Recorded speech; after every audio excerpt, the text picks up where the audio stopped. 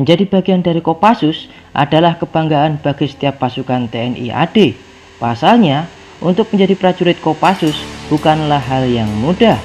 Terlebih pasukan Baret Merah digadang-gadang sebagai pasukan yang terbaik di dunia. Setidaknya, calon anggota Kopassus harus bisa lari 2,4 km dengan waktu 12 menit. Kemudian 40 kali push up dalam semenit, tidak takut ketinggian, dan lain-lain. Komando Pasukan Khusus atau Kopassus merupakan bagian dari komando utama tempur yang dimiliki oleh TNI Angkatan Darat. Setiap anggotanya dianggap memiliki kemampuan khusus seperti bergerak cepat di setiap medan, menembak dengan tepat, pengentaian, dan anti-teror.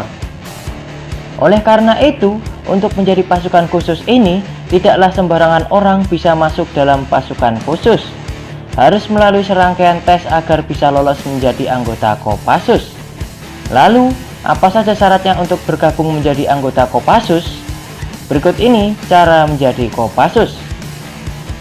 Shotgun Channel akan selalu menyajikan informasi terbaik. Jadi sebelum lanjut, jangan lupa klik dulu tombol subscribe dan tekan tombol loncengnya gratis, agar kalian tak ketinggalan info menarik dari channel ini. Menempa dan menjadi prajurit komando sesungguhnya memiliki sebuah aturan dasar. Keutuhan Negara Kesatuan Republik Indonesia atau NKRI adalah harga mati. Prajurit komando adalah prajurit pilihan, dan masalah yang diberikan pada pasukan komando sesungguhnya merupakan masalah yang khusus, kompleks, dan juga terpilih. Dalam bukunya yang berjudul Pramono Edi Wibowo dan Cetak Biru Indonesia ke Depan yang diterbitkan oleh Kail Kita Publishing 2014, mantan Kepala Staf TNI AD Jenderal Purnawirawan Pramono Edi Wibowo membeberkan pengalamannya saat mengikuti latihan prajurit Kopassus. Pada dasarnya, para calon prajurit komando diambil dari pasukan reguler yang selanjutnya melewati proses seleksi, mendapat pendidikan tambahan yang bersifat khusus dan spesial. Dan pada dasarnya, dari sekian banyak pelamar yang berasal dari tentara yang telah menyelesaikan Dikma atau Dikduk, Diksarcap, tidak semuanya lolos atau diterima menjadi calon prajurit komando, dan nantinya akan menjadi seorang prajurit komando. Maijen TNI Purnawirawan Pramono Edi Wibowo pun menambahkan prajurit komando merupakan tentara pilihan yang digerakkan sebagai jawaban terakhir andai terjadi sebuah konflik dan prajurit komando diturunkan, maka bagaimanapun caranya konflik tersebut harus tuntas, dan seandainya jika belum tuntas harus diselesaikan bagaimanapun caranya. Dan cara menjadi prajurit komando yakni dari Kopassus akan membentuk tim rekrutmen yang mendatangi rindam-rindam untuk melakukan seleksi kepada para prajurit TNI yang telah menyelesaikan Diksarcap atau Diksus, kepada perwira yang berusia di bawah 35 tahun atau kepada bintara dan tamtama yang berusia di bawah 27 tahun.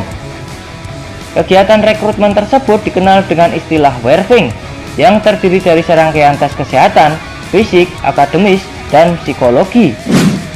Dan setelah melewati proses seleksi dan dipilih, prajurit yang memenuhi kriteria tersebut akan dikirim ke markas komando pasukan khusus di Cijantung. Selanjutnya, dipersiapkan untuk menghadapi pendidikan komando di Batu Jajar, Jawa Barat. Tahapan pertama yakni tahap basis awal, yaitu pemusatan pelatihan di Pusat Pendidikan Pelatihan Khusus Batu Jajar, Bandung. Di sini calon prajurit komando dilatih keterampilan dasar seperti menembak, teknik dan teknik tempur, operasi raid, perebutan cepat, serangan unit komando, navigasi darat, dan berbagai keterampilan lainnya. Setelah selesai latihan basis, mereka akan dilanjutkan dengan tahap hutan gunung yang diadakan di Citatah, Bandung. Di sini, para calon prajurit komando berlatih untuk menjadi pendaki serbu, penjajakan, anti penjejakan, survival di tengah hutan, dan lain-lain. Dalam pelatihan survival, calon prajurit komando harus bisa hidup di tengah hutan dengan makanan alami yang tersedia di hutan belantara tersebut. Dengan latihan ini, prajurit komando harus bisa membedakan tumbuhan yang beracun dan dapat dimakan, dan juga mampu berburu binatang liar untuk mempertahankan hidup. Tahap latihan hutan gunung diakhiri dengan long march yang sungguh sangat berat, yakni dari Situ Lembang, Bandung ke Cilacap dengan membawa amunisi tambang peluncur, senjata, dan perlengkapan perorangan. Coba bayangkan guys, apakah kalian sanggup? Tidak sampai di situ saja, latihan terberat sudah menanti saat sampai di Cilacap. Ini merupakan latihan tahap ketiga yang disebut latihan tahap rawa laut. Calon prajurit komando harus berinfiltrasi melalui rawa laut. Di sini materi latihan melalui navigasi laut, survival laut, pelolosan, renang ponco, dan pendaratan menggunakan perahu karet. Para calon prajurit komando harus mampu berenang melintasi selat dari Cilacap ke Nusa Kambangan. Latihan di Nusa Kambangan merupakan latihan tahap akhir. Oleh karena itu, ada yang menyebutnya sebagai Hell Week atau Minggu Neraka. Yang paling berat materi latihan pelolosan ini yaitu camp tawanan. Dalam latihan itu, para calon prajurit komando dilepas pagi hari tanpa bekal dan paling lambat pukul 10 malam sudah harus sampai di suatu titik tertentu. Selama pelolosan, si calon harus menghindari segala macam rintangan alam maupun tembakan dari musuh yang mengejar. Dalam pelolosan itu, kalau siswa sampai ditangkap, maka itu berarti neraka baginya karena dia harus diinterogasi layaknya dalam perang. Para pelatih yang berperan sebagai musuh akan menyiksa prajurit malang itu untuk mendapatkan informasi. Dalam kondisi seperti itu, si prajurit harus mampu mengatasi penderitaan, tidak boleh membocorkan informasi yang dimilikinya. Untuk siswa yang tidak tertangkap, bukan berarti mereka lolos dari neraka. Pada akhirnya, mereka pun harus kembali ke camp untuk menjalani siksaan. Selama 3 hari siswa menjalani latihan di camp tawanan. Dalam camp tawanan ini, semua siswa akan menjalani siksaan fisik yang nyaris mendekati daya tahan manusia. Dalam konvensi Jenewa, tawanan perang dilarang disiksa. Namun para calon prajurit komando itu dilatih untuk menghadapi hal seburuk apapun di medan operasi. Sehingga bila suatu saat seorang prajurit komando diperlakukan tidak manusiawi oleh musuh yang melanggar konvensi Jenewa, mereka sudah siap menghadapinya, tulis Pramono Edi Wibowo. Beratnya persyaratan untuk menjadi prajurit Kopassus dapat dilihat dari standar calon untuk bisa mengikuti pelatihan. Nilai standar fisik untuk menjadi prajurit non-komando adalah 61. Namun untuk siswa prajurit komando harus lulus, yaitu minimal harus nilai 70. Begitu juga kemampuan menembak dan berenang nonstop sejauh 2000 meter atau 2 km. Hanya mereka yang memiliki mental baja yang mampu melalui pelatihan komando.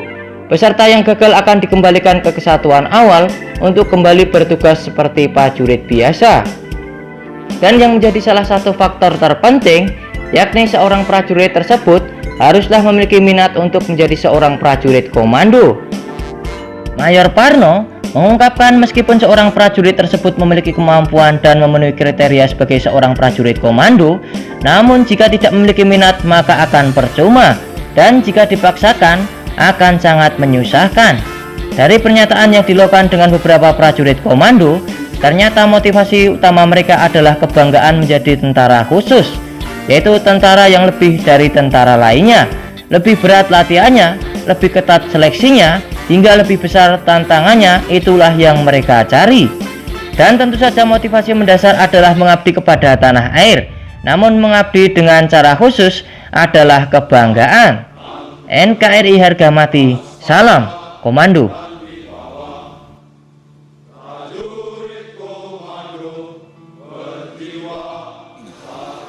Kau datang ke Kopassus, kau datang ke Batu Jajar dengan jumlah 177 orang. Ternyata yang nyampe di permisan ini, di Cilacap ini, hanya 150 yang lulus. Berarti kawan-kawanmu ada 27 orang gagal mengikuti pendidikan komando. Kalian adalah prajurit-prajurit pilihan. Kalian yang lulus dan lolos dan berhak menggunakan baret merah dan wing komando.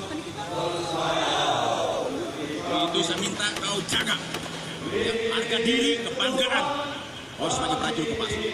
Jelas ini? Pertiwi akan selalu memanggil kita untuk menjaga kedaulatan negara kesatuan ini dari berbagai ancaman, ya, dari berbagai ancaman. Saat ini ancaman ke depan tidak main-main. Ya. Ancaman ke depan itu ada namanya ancaman megatrend tahun 2030. Berbagai macam aspek. Ya. Kita sebagai prajurit Kopassus, ya, kalian harus profesional. Lagi, kau harus profesional. Kau harus kuat. Jangan sini. Ya, saya tahu kau 10 hari ini tidak tidur. Kau merasakan operasi red selama ini. Di hari detik-detik terakhirmu, tenagamu masih ada salib. Ya, kau 10 hari tidak tidur, ya, melakukan operasi red dari mulai Wangon terus jalan sampai terakhir kamu terakhir tadi. Ya, ya lihat mancaran matamu. Sikapmu dan semuanya, itu semua kelelahan itu bisa kau kalahkan dengan semangat komandomu. Jangan sini, komando, komando. Itu yang pertama. Yang kedua, kau harus bersyukur. Kebetulan hari ini orang tuamu bisa datang, yang bisa datang. Yang tidak, ya, mudah-mudahan orang tuamu di kampung di sana dalam keadaan sehat walafiat. Karena apa? Kalau kamu tidak lahir dari rahim-rahim orang tuamu yang saat ini hadir, atau yang mungkin tidak mungkin bisa hadir hari ini, kau tidak akan jadi prajurit komando. Betul nggak? Kamu bayangkan kalau kau tidak lahir dari rahim beliau itu, ibumu, bapakmu, orang kau cintai, kau tidak mungkin kau berada di sini. Dan kau tidak mungkin menjadi prajurit komando. Tapi karena kau lahir dari beliau-beliau orang tuamu yang tercinta ini dan hadir hari ini, ya, kesempatan pertama aku ucapkan terima kasih. Ya, sudah dilahirkan dari orang tuamu yang kamu cintai. Ya, sini. Hari ini manfaatkan betul, ya. Kegiatanmu sudah selesai, kau ucapkan terima kasih, ya, dan bersyukur kepada Tuhan Yang Maha Kuasa, ya, bahwa semua rintangan, cobaan, tantangan sudah bisa kau selesaikan dengan baik. Kawan-kawanmu yang gagal di sana, ya mungkin saat ini masih di Batu Jajar menunggu kalian, ya, kau nanti kembali, ya, juga sampaikan, ya, jangan kamu merasa congkak, tidak boleh. Jelas ya?